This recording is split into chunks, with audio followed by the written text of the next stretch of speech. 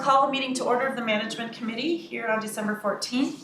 Welcome everybody. Glad that you're all here today. We'll move on to the agenda, and we do have a quorum, so we do.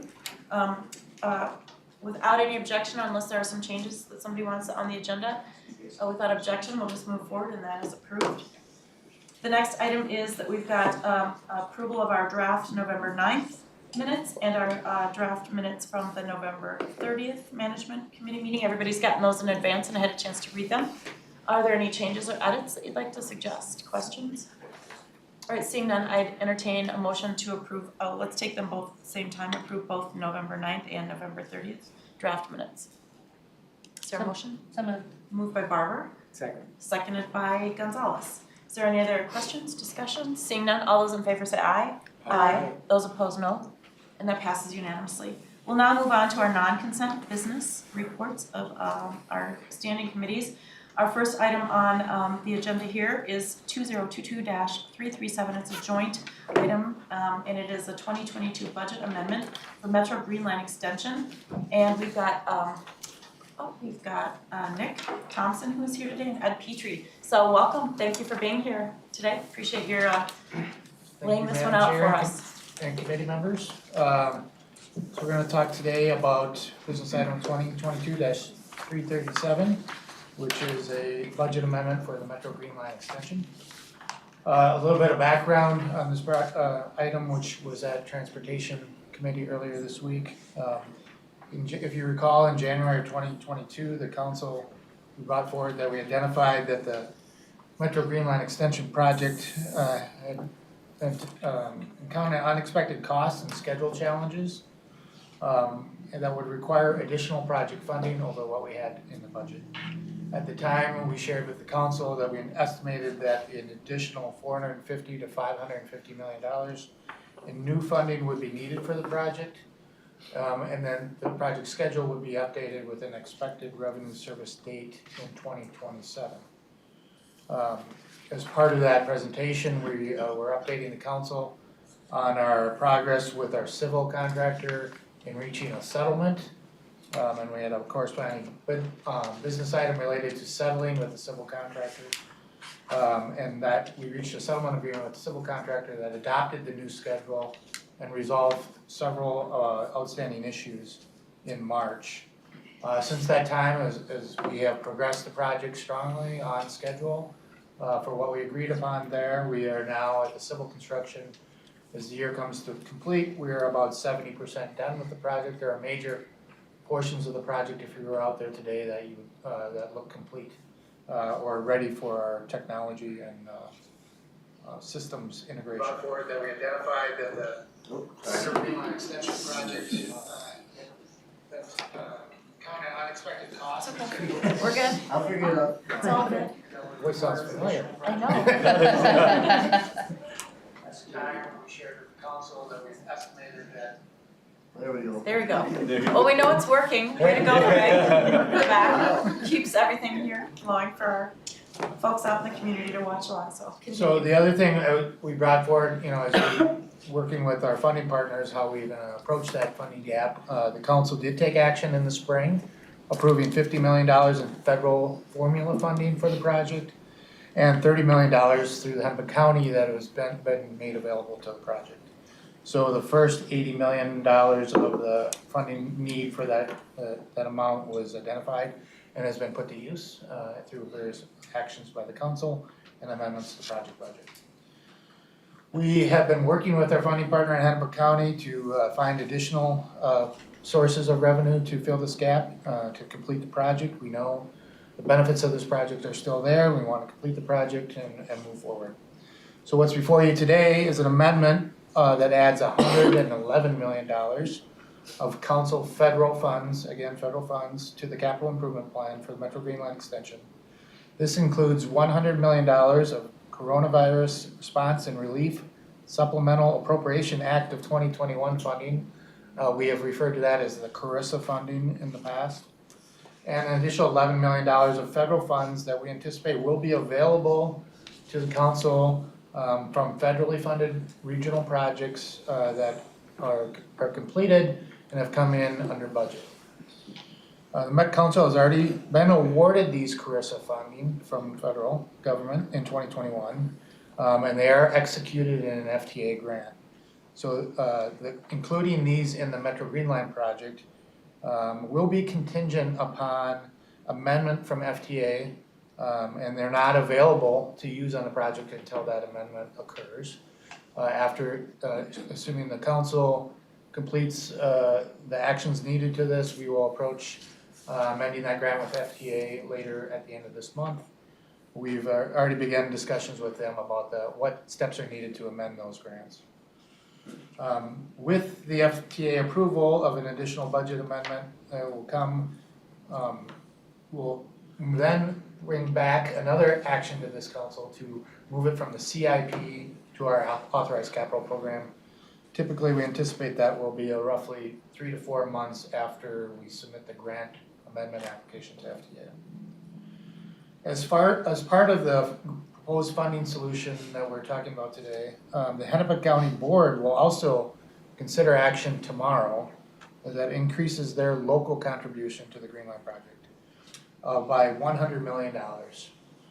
These funds will be recognized in our project budget through an amendment to the Metropolitan Council County Grant Agreement that we anticipate the board will approve tomorrow, and then we'll bring an amendment to that grant agreement we're anticipate next week at the committee of the whole meeting. If the county acts to increase the local funding for the project, those funds will be, as if we amend it into the project at the council, they'll be immediately available to the project once we incorporate that. So all total, the actions that we're bringing forward for the $111 million today, and if the county passes their $100 million, that would be $211 million towards the remaining funding gap that we have on the project. And it will increase the project budget to a total of $2.459 billion. This project is identified already in the CIP, and so with this action and the action by the county board, the capital budget spending plan of $211 million will be updated to reflect these changes. Going forward, we still have some funding to secure, but we will continue to manage this project to deliver it. As we said, we will actively manage our expenditures on the project. We'll be seeking additional funding from funding sources that are available out there. And we'll, in the next year, we're 70% complete. By the end of 2023, a lot more construction will be done, including some of our riskiest work components of the project. So by the end of 23 into 24, we'll have a lot more certainty about actually how much funding we'll need to finish out the project and start providing benefits to the region. So with that action, before I'll turn it over to Ed to give an update. Yeah, the action item is that the Metropolitan Council authorizes the 2022 Unified Budget as amended in accordance with the attached tables.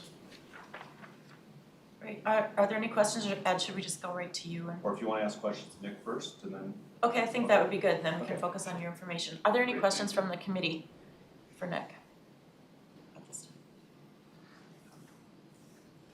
I have a couple. So everything that we're moving forward, and as it's coming out of transportation, again, is always contingent upon Hennepin County. They're having their meeting tomorrow, so I just want to thank our partners in Hennepin County for this. I know that this is difficult work, but it's important to have partners come to the table. So I appreciate the county staff and the county commissioners for coming forward on this. It doesn't get us to the end of the project. Rick, you had mentioned the risk in 2023 mostly done. So throughout the year, you'll be analyzing and really keeping an eye on the new budget if this all moves forward of $2.45 billion. But then we'll be calculating through managing expenses and measuring the risk. And then at what point will it be later in the year, the third quarter, fourth quarter, that we'll kind of know where it's settling out, because it's not still solved yet. Right, Madam Chair, committee members, that's a great question. What our biggest risk remains the construction of the tunnel, of the Kenilworth Tunnel. We in the next month or month and a half, we anticipate completing the secant wall construction, which has been an added cost to this project, and then again continuing progression of that tunnel. a year more of construction on that tunnel will get a lot of that risk behind us.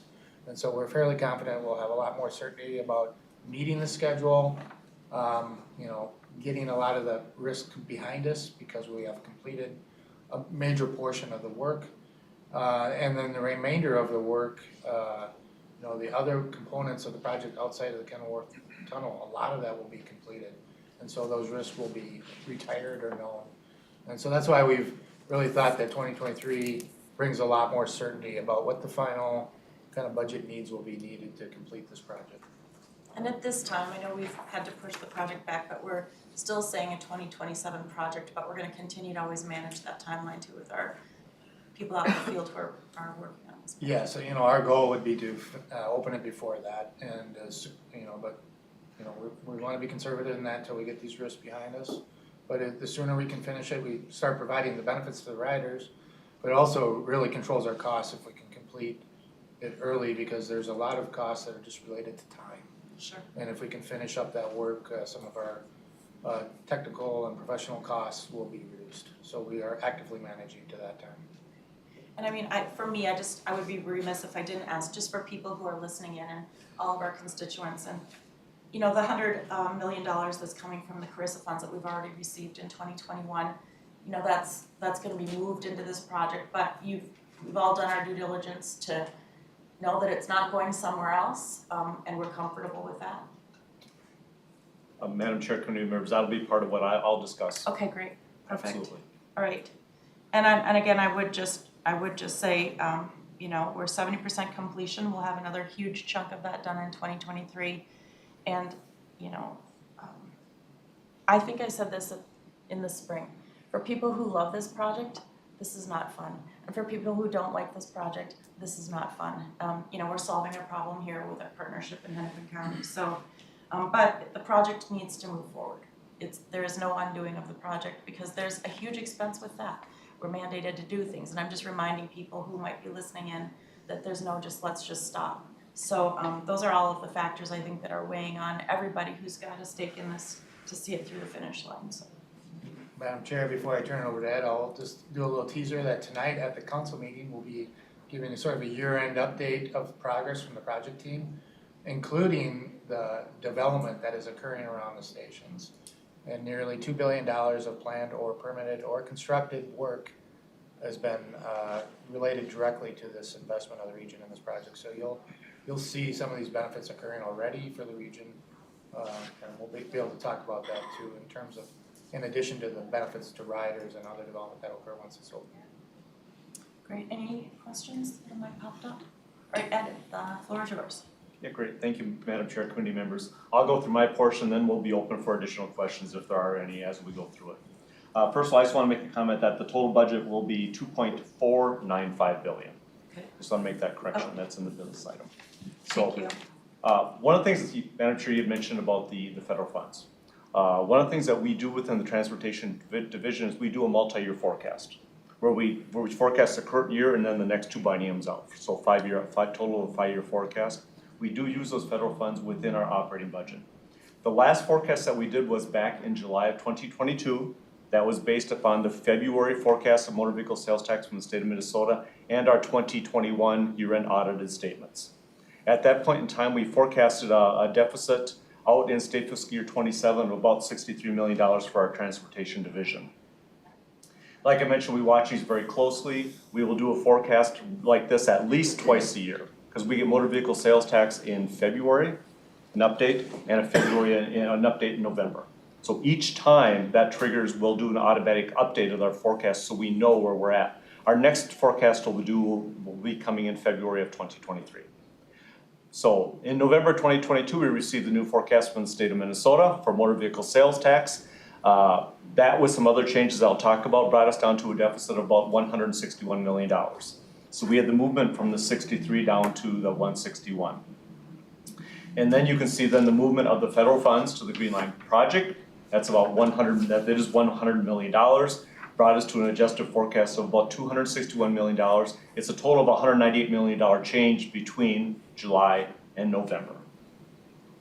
There are mainly the main items that made up that change. The first item is motor vehicle sales tax. So as I stated, we received our new forecast from the state of Minnesota as of November. Motor vehicle sales tax for the period of from 22 through 27 went down about $101 million. So that's one of the things that we're concerned about, but we're watching the state of Minnesota. The state of Minnesota just went up to a $17 billion surplus, but motor vehicle sales tax dropped. So that is one of the things that we're watching very closely. We know that has to do with, availability of vehicles, people purchasing vehicles, those types of items. And as we've always stated, that is one of our sources of revenues that we watch very closely, which is why we reforecast every 6 months so we know where we're at. The other piece is the adjustment of $100 million for the federal funds, Kooistra funds. We had planned those in our original forecast in July. Now we're planning to move them to the Green Line Extension project. We also had some other net expense changes, revenue changes that basically netted to zero. We had some changes in our expenses, mainly due to adjusting service levels. If you recall, our bus service levels, due to the fact that we are having a challenge hiring operators. We had originally planned a bus budget of about 95% service. The proposed budget that's going before the council this evening is at a bus service level of 80%. So we're working very hard on that. We're working very hard with a lot of hiring events. As you are aware, we adjusted the wages on the ATU contract. Our hiring events in November and December have been very, very strong. A lot of applicants, a lot of people coming through the pipeline. So we're very hopeful that has helped us. But as a result, that did adjust our budgeted surplus or service down to 80%. I think we also discussed with the Transportation Committee and the Council that we adjusted the service levels on the green line and the blue line down from 10-minute frequency down to 15-minute frequency. One of the challenges we have with both of the light rail lines is the operators come from the mechanic or from the bus ranks. They switch over. One of the changes though that we made with the ATU adjustment to the wages this past fall now is also allowing us to hire operators or hire people from the outside directly into a light rail position, like the operator. Major improvement for us, and we actually have a number of people standing in line waiting to be tested now for the light rail system too. So we're thinking, we're very positive on that adjustment. I think that's also going to help on the light rail system. The other change we made on expenses, as we discussed, was we adjusted the commuter rail service. North Star is in at 4 trips AM, 4 trips PM with weekend service. So, and then we planned that into the multi-year forecast. The adjustments on service, as you would anticipate, would also have an impact on ridership. It's kind of the analogy: if you build it, they will come, but if you take it away, they go away. So that's one of the challenges. So we reforecasted with our strategic initiatives department what we think ridership now at the 80% levels, what we think ridership will look like in 23 and into 2024.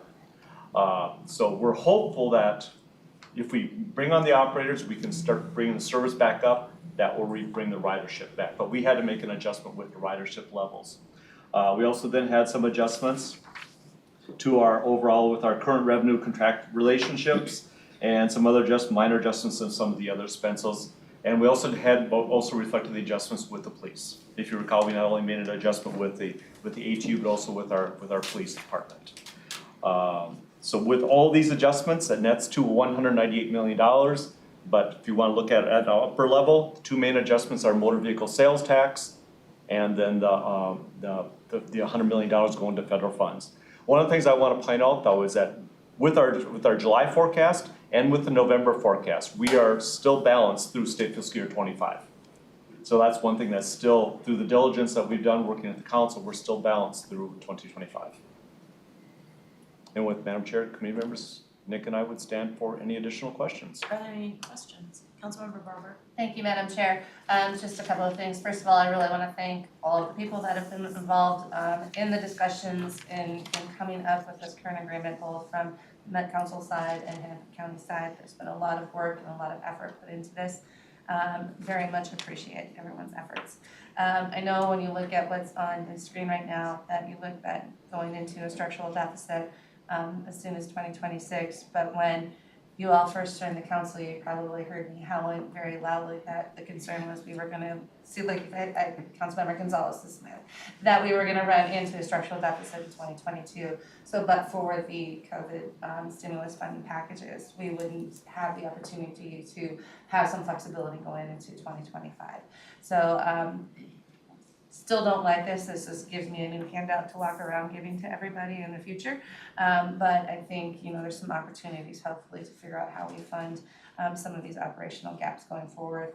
And as Nick alluded to, this funding will help us get through into 2024, where we will be able to reduce the risks and have pretty good certainty, we anticipate by the end of 23 on cost and timelines.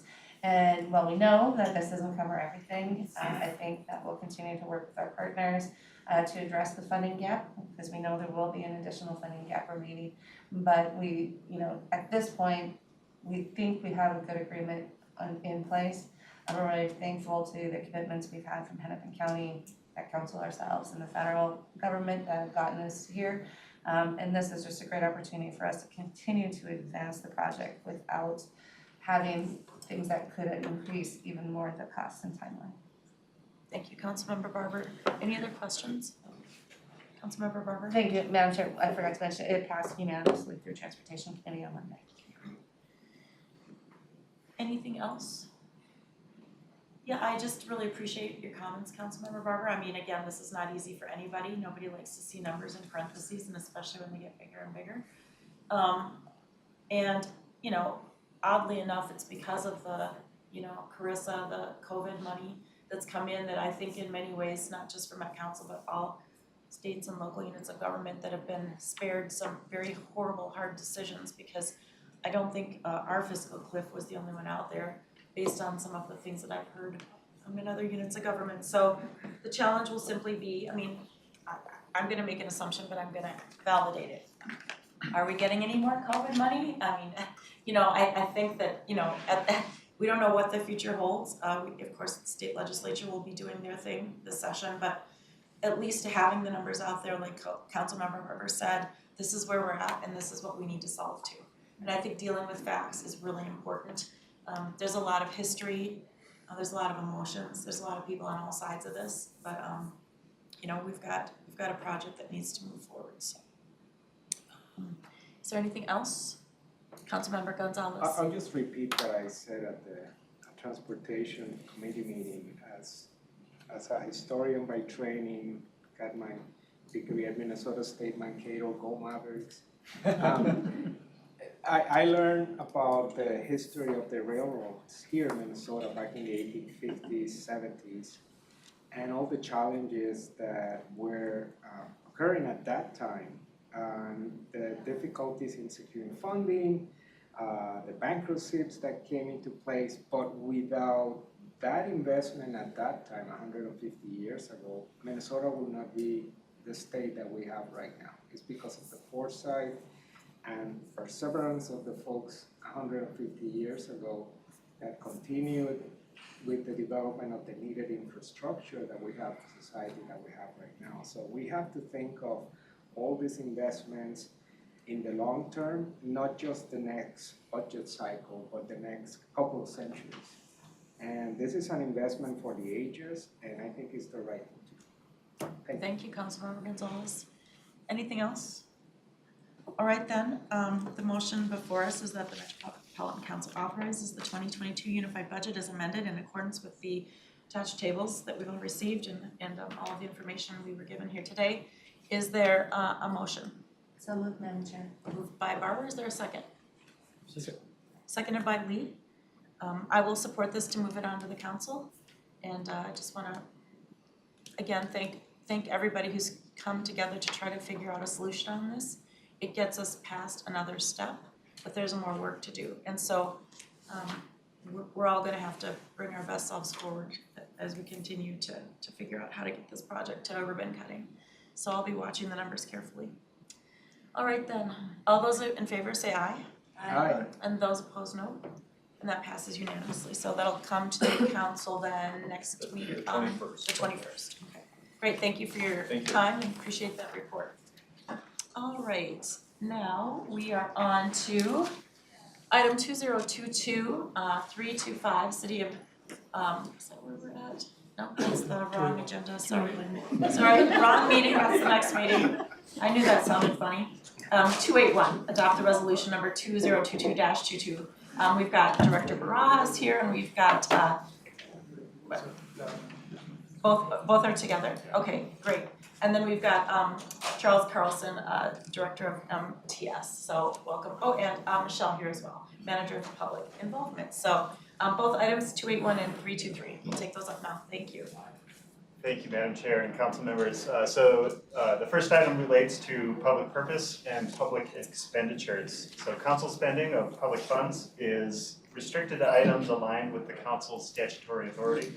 The statutorily defined mission and the public purpose doctrine established by the Minnesota Supreme Court.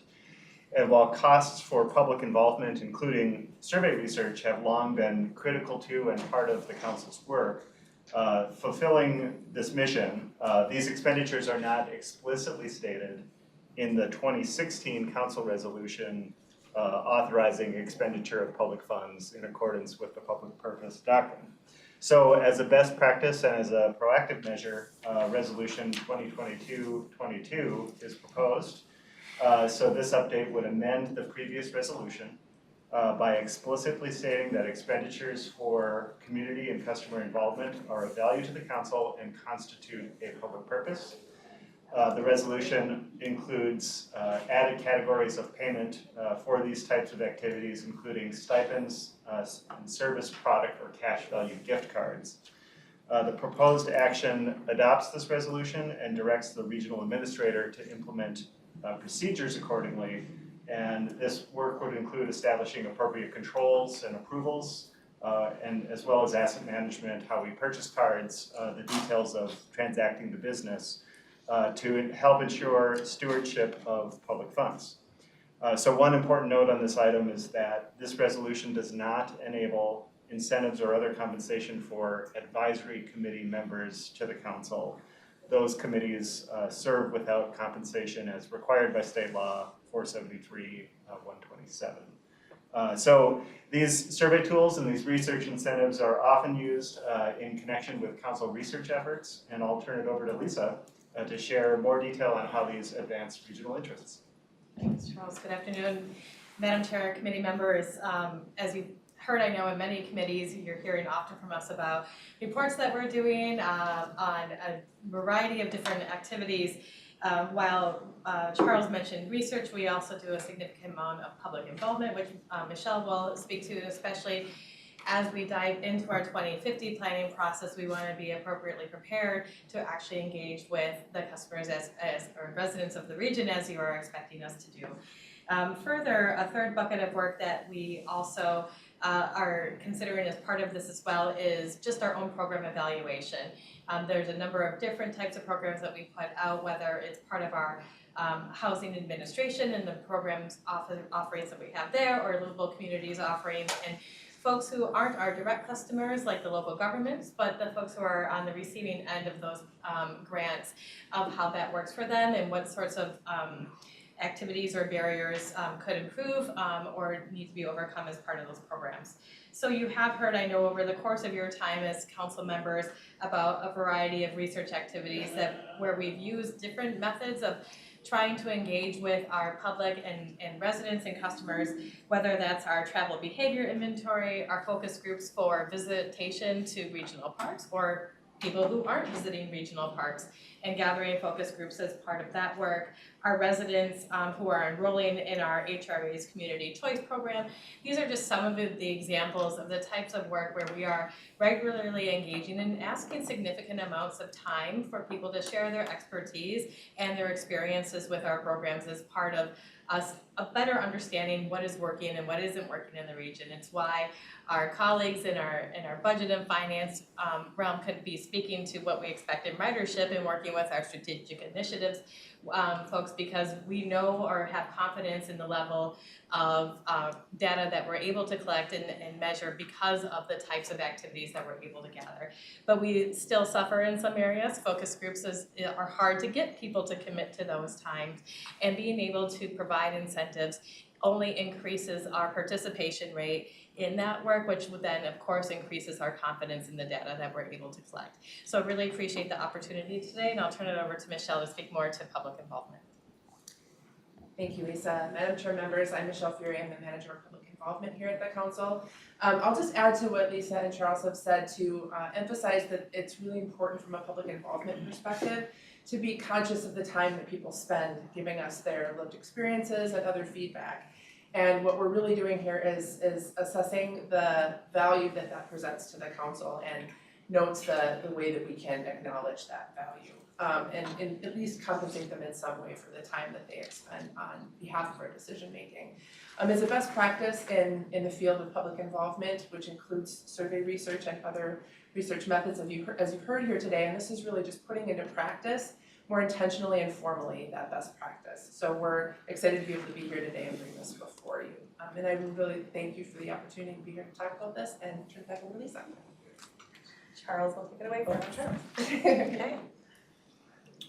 Is this for the, sorry. Oh, yep. Well, I would just like to first, I'll take it away, I suppose. Really thank our Michelle for her work in coordinating with our staff across the council who are engaged in all of these efforts and identifying the business needs and pain points that we've experienced over the years, so that we really can get a better sense of what was needed both at the resolution level, but also set the stage for our procedures that we need to develop internally. Also want to really appreciate the advice and input of our legal counsel and RA Finance in this work as well. It's all important to ensure that we're meeting the public purpose doctrine and meeting the purposes of the council as part of this work. So the proposed action that we have in front of you today, Madam Chair, is that the Metropolitan Council adopt the attached resolution number 2022-22, expressing the council's findings and guiding policies with regard to expenditures that comply with the public purpose doctrine. And number 2, direct the regional administrator to implement new and update existing procedures with reasonable parameters in accordance with resolution number 2022-22. Great, thank you. Are there any questions? Councilmember Leland Barber? Thanks, Madam Chair. Also, Madam Chair, your microphone's not on. Oh, sorry. That's what happens. Yeah, thanks. I want to commend the staff for this resolution. I fully support it. I think it's important. A couple of years ago, like 5 years ago, the Ramsey County and Washington County Community Action Program did a focus group.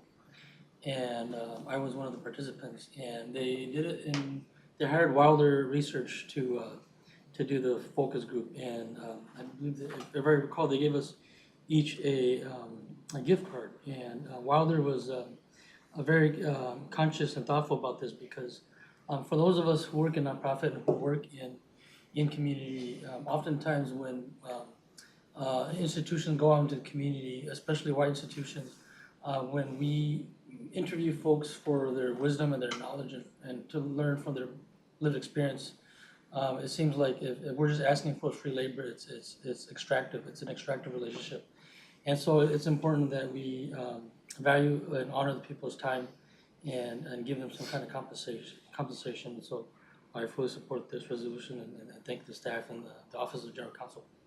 Great. Councilmember Barber? Thank you, Madam Chair. I'm gonna echo those comments. I think this is great because you're asking people's time and commitment, and it does, I think that will help us in some of our public engagement. It's certainly having some sort of an incentive or a way to compensate people for their time. This is gonna give us more access to more people, which I think is great. I love the day when we can expand this to our advisory committees. I know there are things that have to change in state law for that to happen. But again, the same thing, those things take a lot of time, and I think it's important for us to recognize that because, you know, we rely on some of these committees' input. So, but thank you all, I appreciate it. Are there any other questions? I would just add my thanks to, a few years ago when I worked at Prosperity's Front Door, it was a nonprofit entity that helped advance the Dayton's Housing Task Force goals and to score that and see where we were at as a state. And as part of our trying to tell the story of the need of housing throughout Minnesota, we would have people come and tell their stories, and we would make sure that we were, offering them money to be reimbursed for their time. And in our way of thinking, we were trying to give them what the equivalent of a professional who would be coming, not a minimum wage or this or that. So my question to you is there some guideline that government entities are given to kind of use a range to calculate what would be fair? And I can only reference in my past too as a city council member, every time we would try to quantify what our volunteer benefit was in dollars, there would be some number that would be used for an hourly rate. So I'm just curious about that. Michelle, do you know? Yeah, Madam Chair, yes, there are, nominal numbers of, $25 to $50 when you're talking about like an hour of a person's time. That's generally the expected sort of level.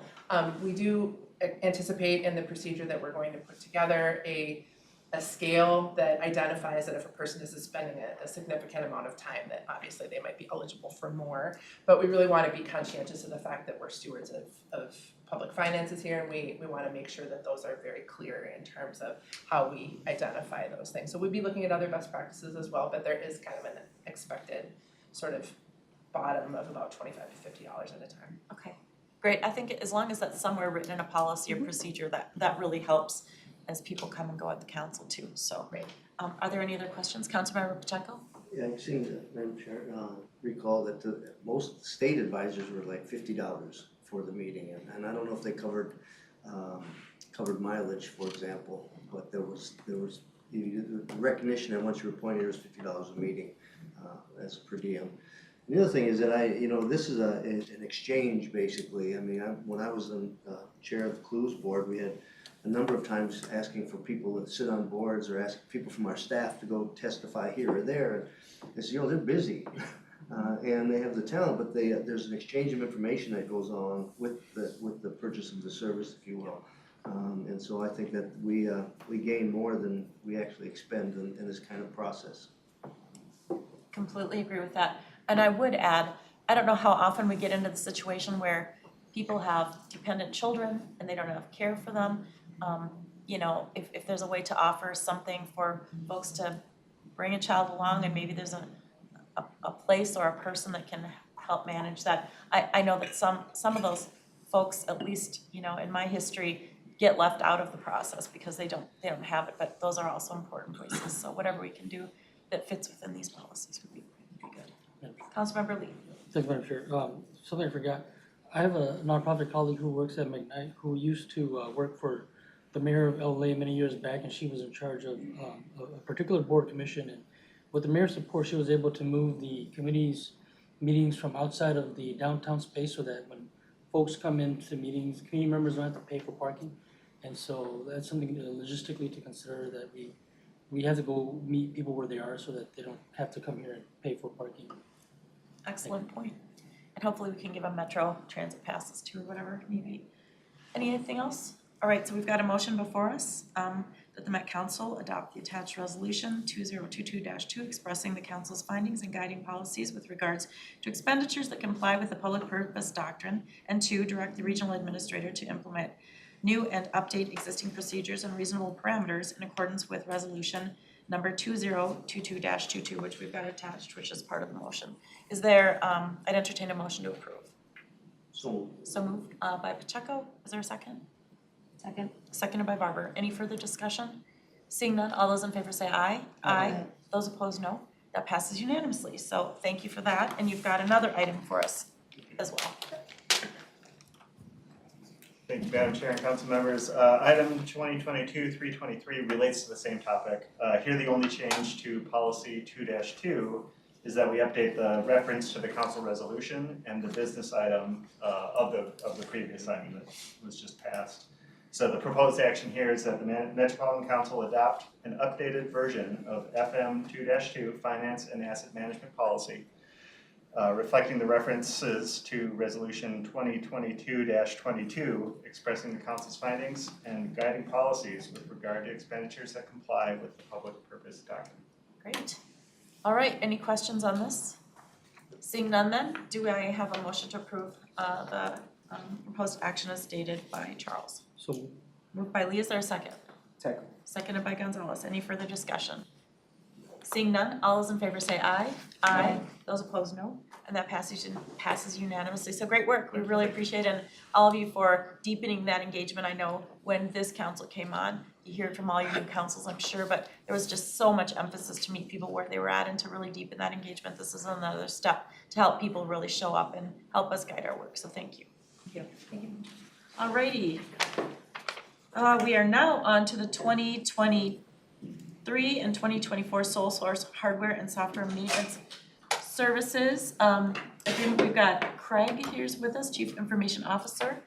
Thank you for being with us here, Craig. Why don't you walk us through this proposed action you have for us today?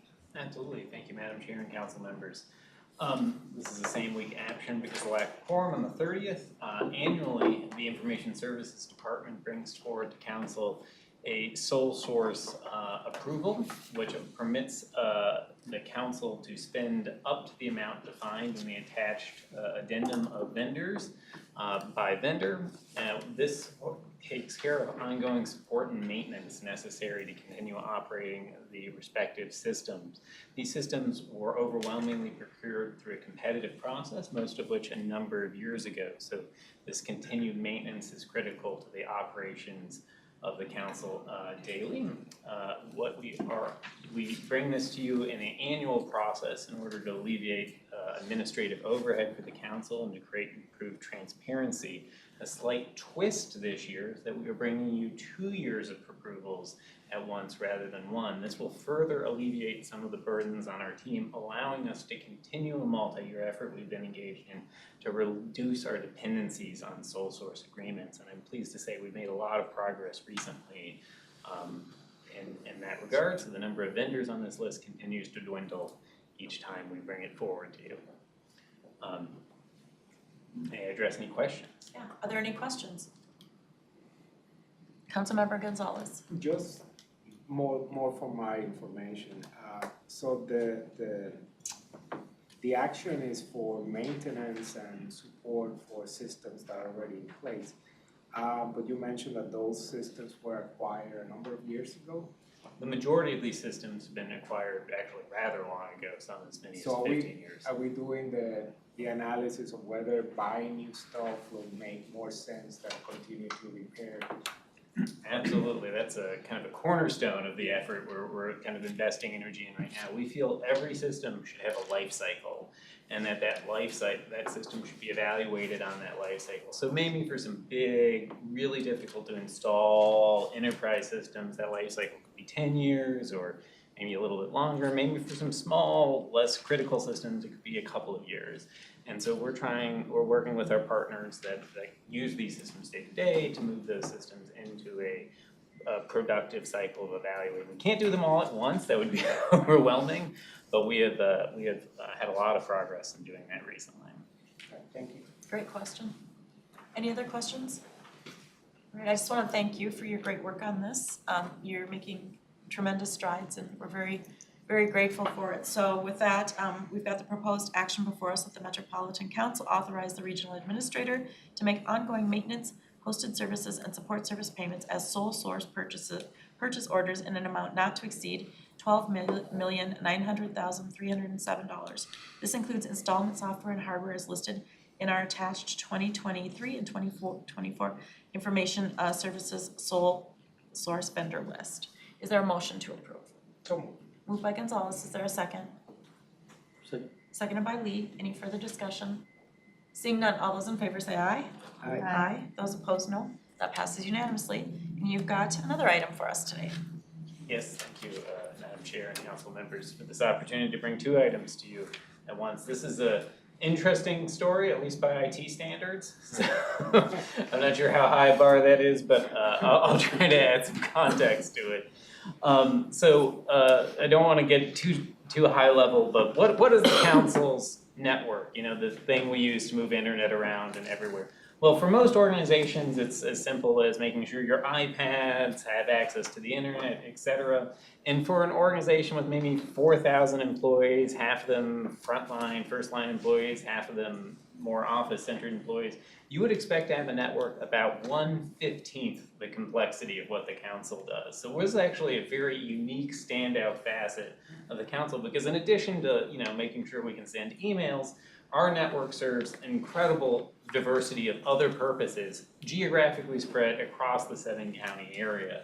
So this is everything from, thousands of buses that are connected to our network, streaming real-time security camera footage, to signal control systems for light rail, to flow monitoring equipment for our wastewater systems at interceptors, to routing 911 calls to our police department. So the diversity of our network is much more complicated than your typical corporate entity. And as such, we have been working really diligently to try to work across historical silos to bring together all these use cases, which are really diverse, into large coordinated procurements. And this offers us significant savings over what we were doing in the past, which is kind of buying similar equipment, but per use case. Like, this is for an office building, this is for a train. Instead, we want to go big and drive some savings that way.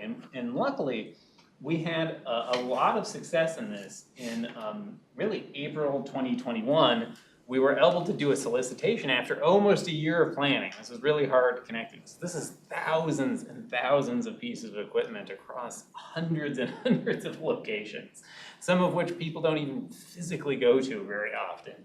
We inventoried all that, we built a life cycle replacement plan, and we put together a large procurement. It was a big procurement. In April of 2021, we solicited that procurement. We got significant vendor interest in that procurement, and we were pleased to lock in a huge discount over what we were previously paying, almost 20%, which, when you consider the volume of stuff we buy, this is a real accomplishment. And so we, in July, we took console item 20P261 forward and received $6 million of authorization to procure equipment for the next several years. That should carry us through the conclusion of 23 was the plan. And so what changed? Why talking to you? Inflation changed.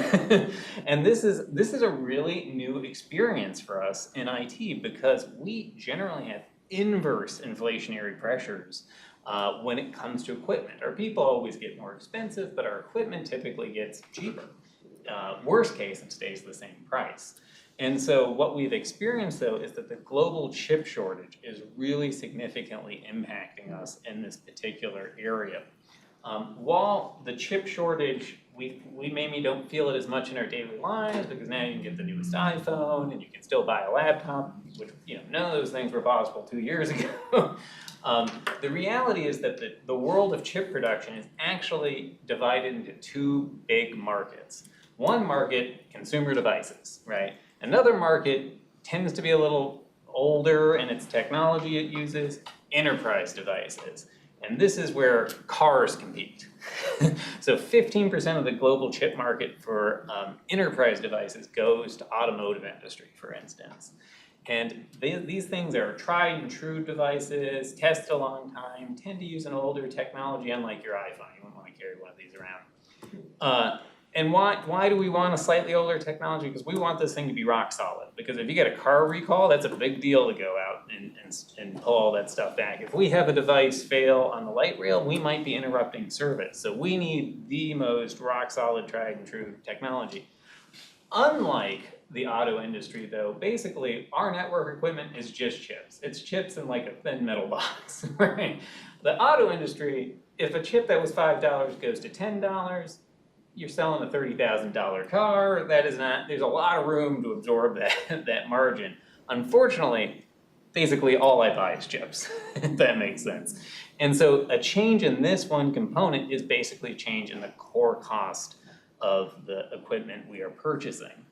So I have this very clearly designed by an IT person presentation for you, which is visually not that interesting, but I don't think anybody else to my knowledge, has ever tried to display how atypical this is. And so let me walk you through what may be the only articulation of this in the world. But so the somewhat purple, more gradiated line moving up and down from the beginning forward is consumer price index. And so while this is maybe not the best analogy to inflation for enterprise stuff and commercial equipment, it is what we feel as consumers most frequently. This is calculating the increased inflationary cost of everything from groceries to your laptop.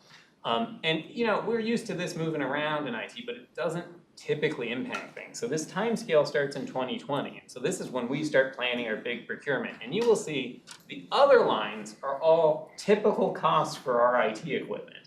And so we start planning in 2020, our line is very, very flat. Because our line, maybe it goes negative sometimes, but it never goes up, right? Meanwhile, you start to see this purple CPI number start to climb up. Doesn't change our pricing. But eventually, the vendors who sell us stuff can no longer absorb the price increases of chips and start thinking about passing it on to us. And then right after we actually approve our council item, you start to see this hockey stick up increase in some of the equipment we purchase. And so I went back over my career, and in the last 20 years, I have never had a piece of hardware we buy increase in cost. I looked through everything I could find. And so I would say the typical rate of network equipment inflation is 0%, sometimes negative. CPI over the last 2 years has been about 15%. Network inflation, however, has been 22% on average. So this is a very unparalleled experience in the history of IT. And interestingly, we managed to reduce our cost of equipment by roughly 20%. You could argue, hey, well, we're kind of very fortunate we did all this planning in advance to coordinate our procurements. However, I did not come to you with anticipation of a sub 1 year basically increase of our cost by 22%. And so what this business item asks for is permission to increase the authorization of the original amount requested by 25%. That gives me a very small margin for further inflation, if that makes sense, because we've already used about 22% of that margin. And it will allow me to live out the duration of this contract until the conclusion of 23, when we'll come back and resolicit it again, hopefully continuing to materialize really good savings and diversify our supplier base with more incomes. But it is operationally necessary for me to survive the next year, if this makes sense, in order to fuel some of our most demanding projects of network equipment, like Green Line extension, the BRT projects, bus procurements, et cetera, which depend on this and will not, unfortunately, wait for us to resolicit the contract. So, in essence, my request is to add $2 million more to the initial $6 million authorization, so that I am able to compensate for these inflationary pressures until we can resolicit. Great, that's fantastic. We might have to brand this or. It definitely needs branding. Yeah, As graphically unrich a it's the chart only one in as the you world can. that's pretty phenomenal. Yeah. Are there any questions? Just have a- Councilmember Gonzalez. So I'm looking at the chart and it seems that the costs are stabilized, kind of following roughly the CPI stabilization. Is that what you're seeing? We think so. This is a very small market compared to the full basket of everything included in CPI. I will admit I have some fear, because if you look at this chart, they hit us with the biggest increases around a month from this time last year, right? So there's some risk we get hammered. But with this authorization, my goal is to push these purchase orders out the door before they have the chance to increase it on us, and then they will be contractually obligated to fulfill at those prices according to our contract. And if you could see your cyber crystal ball, any chances that those costs start to decrease in the near future? Is that chatter out there, or what do you? Yeah, it will decrease. It's a question of how long. And not to bore you with all the specifics, but we depend on a set of older plants to make these chips than the fanciest, newest plants. And there is a way to retrofit those older plants to be a little bit higher throughput, and we see that happening in the market now. The question will be, that'll probably get done mid next year, and then the question is, how much backlog is there still to pull through before we see those savings? We're actually, believe it or not, very fortunate because, and I wish I could say this was masterful planning, I did not anticipate this, but we managed to get a lot of our purchase orders out the door as soon as we thought those big bumps would happen initially, and so we have navigated this much better than other organizations I know have. Thank you. Great questions. You're truly a unicorn gem of a person to be this excited about all of this, because it does really keep everything that we're doing going, and yet, it takes everybody on board on the team to make sure it all happens. So with your precise information and the way you manage all this, I'm pretty excited about all of it, so thank you. We do have the proposed action before us, that the Metropolitan Council authorize the regional administrator to execute a contract amendment for an amount of $2 million with Insight Public Sector, Inc. to purchase network equipment for a total contract amount not to exceed $8 million. Is there a motion to approve? Someone. Moved by Gonzalez, seconded by Lee. Any further discussion? Seeing none, all those in favor say aye. Aye. Aye, and those opposed, no. That passes unanimously, so thanks, Craig. Keep up the great work. And we have one more item on, it's an information item. This is gonna be an MVest and economic forecast update from Stuart McMullen, Director of Budget. And you've got a presentation for us, so welcome, Stuart.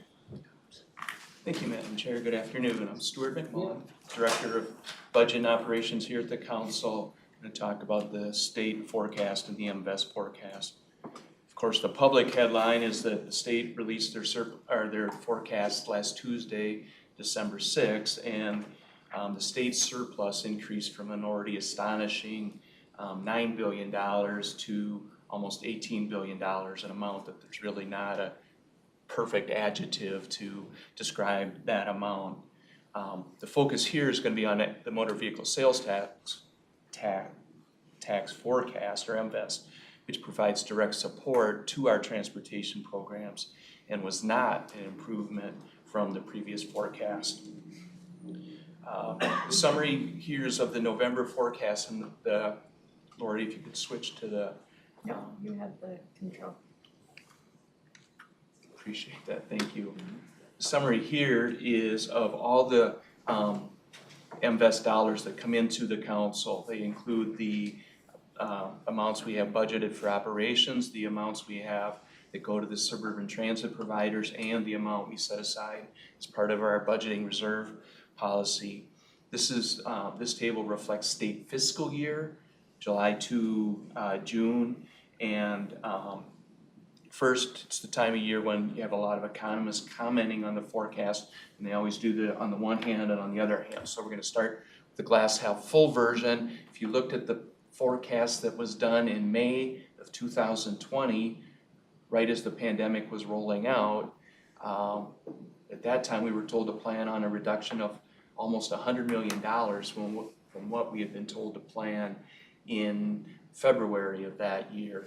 You can see in the first row, the top row, that the actual amounts came in significantly exceeding that forecast. So that has been good news. The May forecast in 2020, even at that time, we thought was optimistic, and we were pleasantly surprised that the amounts rebounded.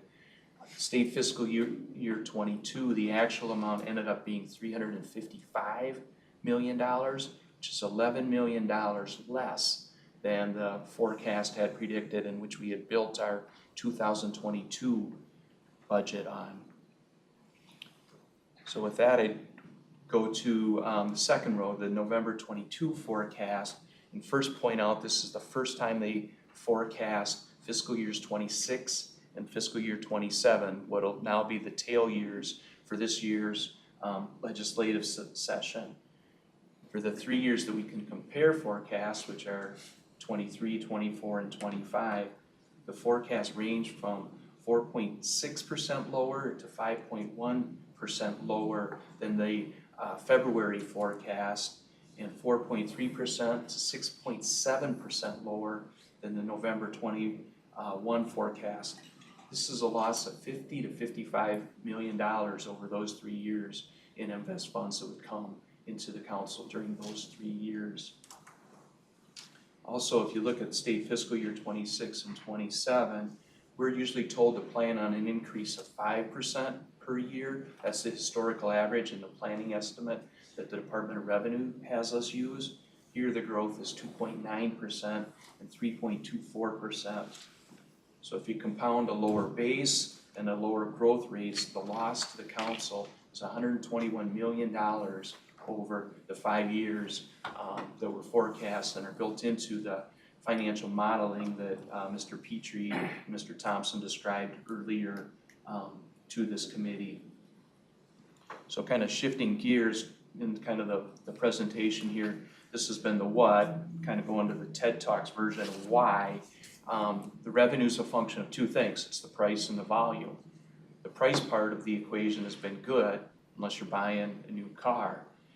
If you're September year over year average price increase for a new vehicle is 6.3%.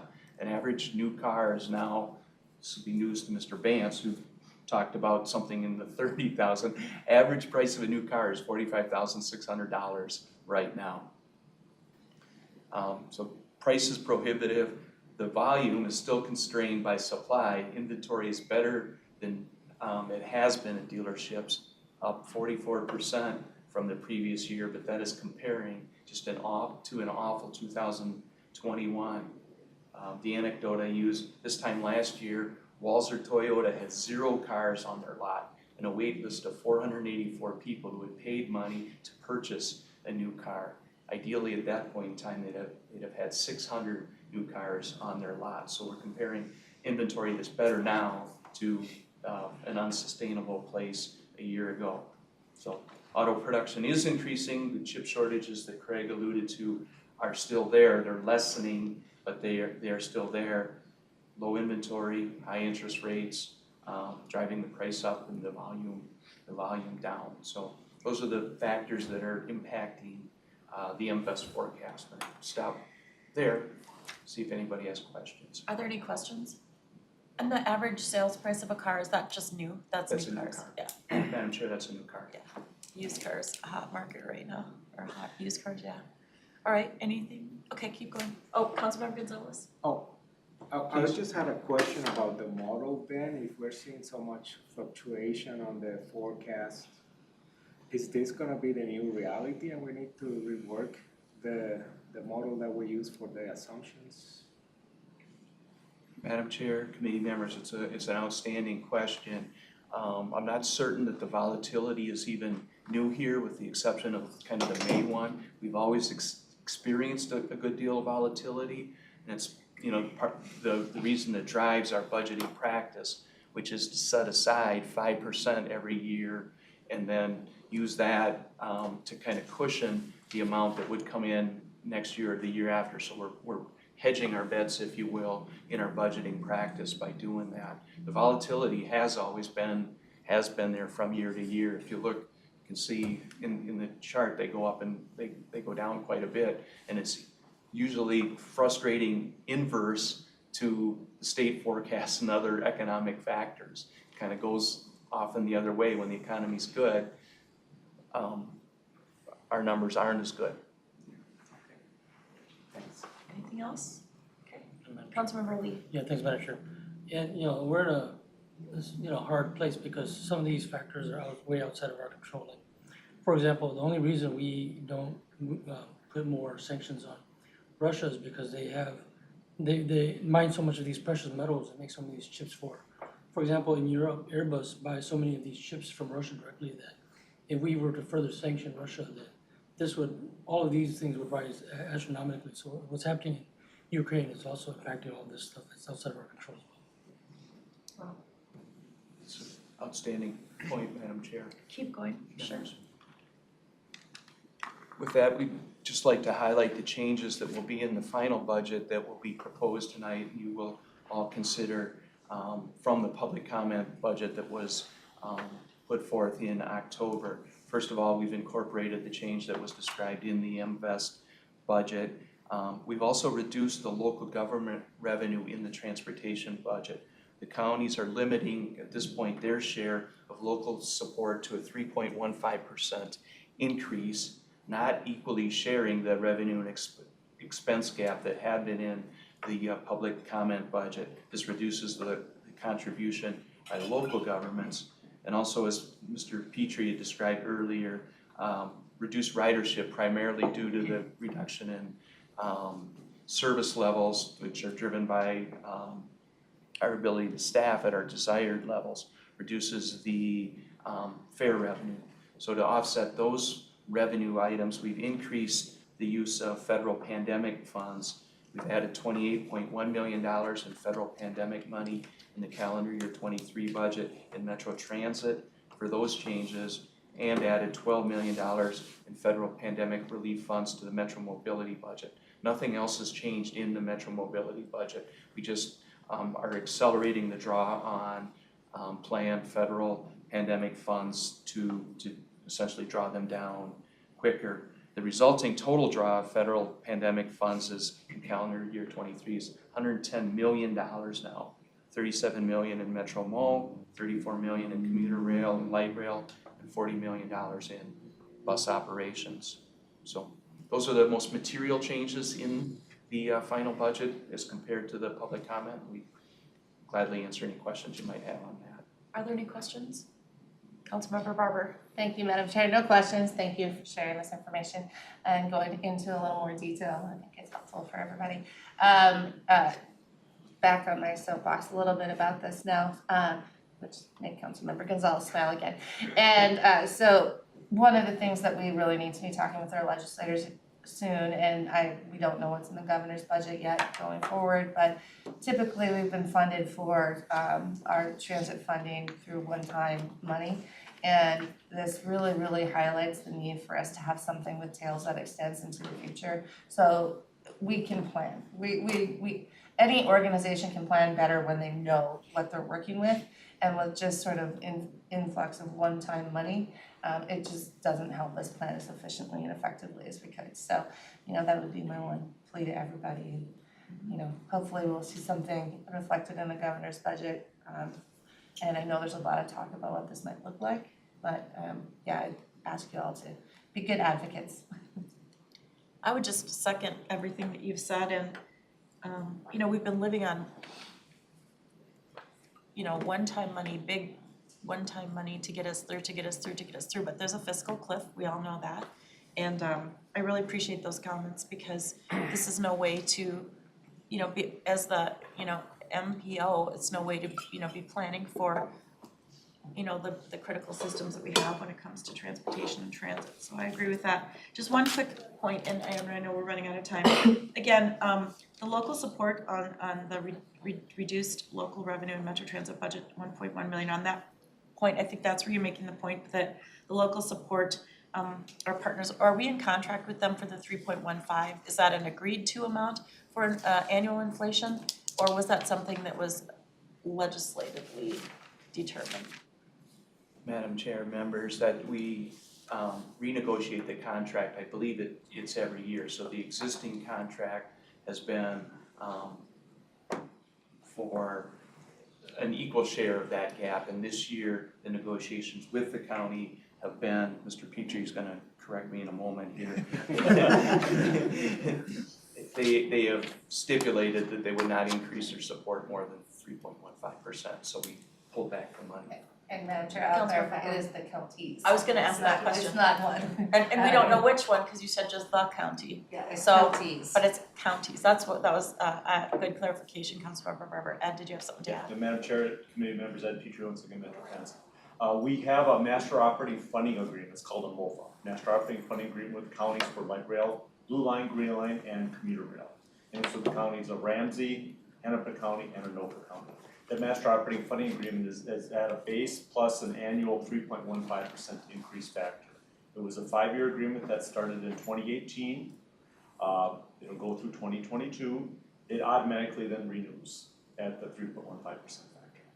And we can renegotiate, but we're, that point is that one piece is not being brought forward as an item that our counties are interested in revisiting? Yeah, Madam Chair, committee members, there are some stipulations, some opening clauses that we could, that would cause the contract for us to renegotiate and reopen the contract, have discussions with the council or with the counties. We had proposed a renewal or an opening earlier this summer, and at that point in time, they were not, I would say, interested in reopening the contract. Okay, that's hard to hear. I understand their point of view. Nobody likes to pay more, but it's reality. And then somebody has to pay it, now yes. So, okay.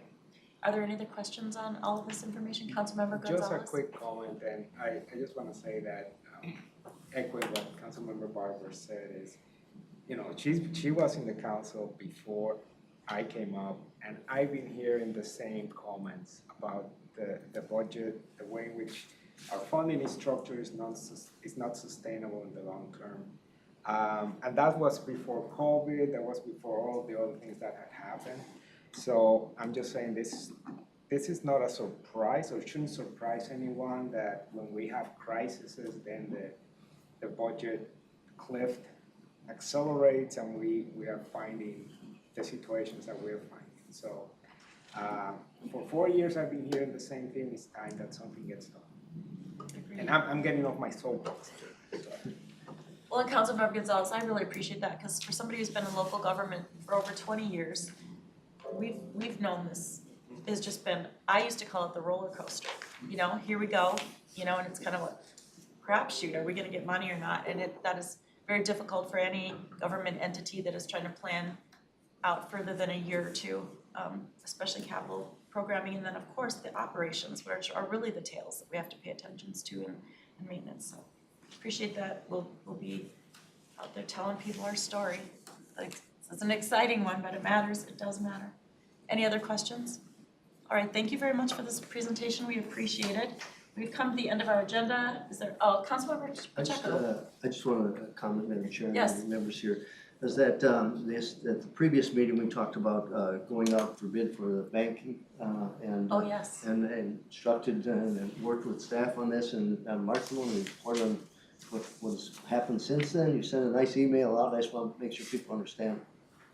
Sure. Yep, we've got a minute, and it was great news. So, and thank you for sharing that with us. We received the email from George, and I was just super excited. So kudos for your work, but why don't you just briefly explain where we're at? Sure, Madam Chair and committee members, Mark Thompson, the Treasury Director. So yes, we did hold an information session last Wednesday, the 7th, I believe it was.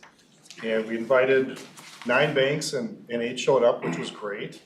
And we had a really good discussion. We walked through the idea that we had presented November 30th about breaking out some of our bank accounts to, you know, the whole concept is to create more opportunity for smaller banks. So it went very well. I was surprised at how much interest there was.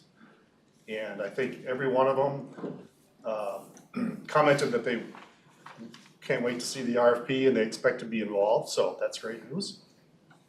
We also talked about the MCUB program and the CD program, which I mentioned in my email, so that I think there are a few banks that may qualify for the MCUB certification and some that won't. They're a little too big, but it was a great meeting. Thank you. Yeah, great work. Thank you. We appreciated you leaning into that. And Yeah. you'll bring it back to us too, so that we can see what the results are. But Oh, just, sure. you know, just the interest level was exciting to hear, and people wanting to partner Yeah. with us in this way, so.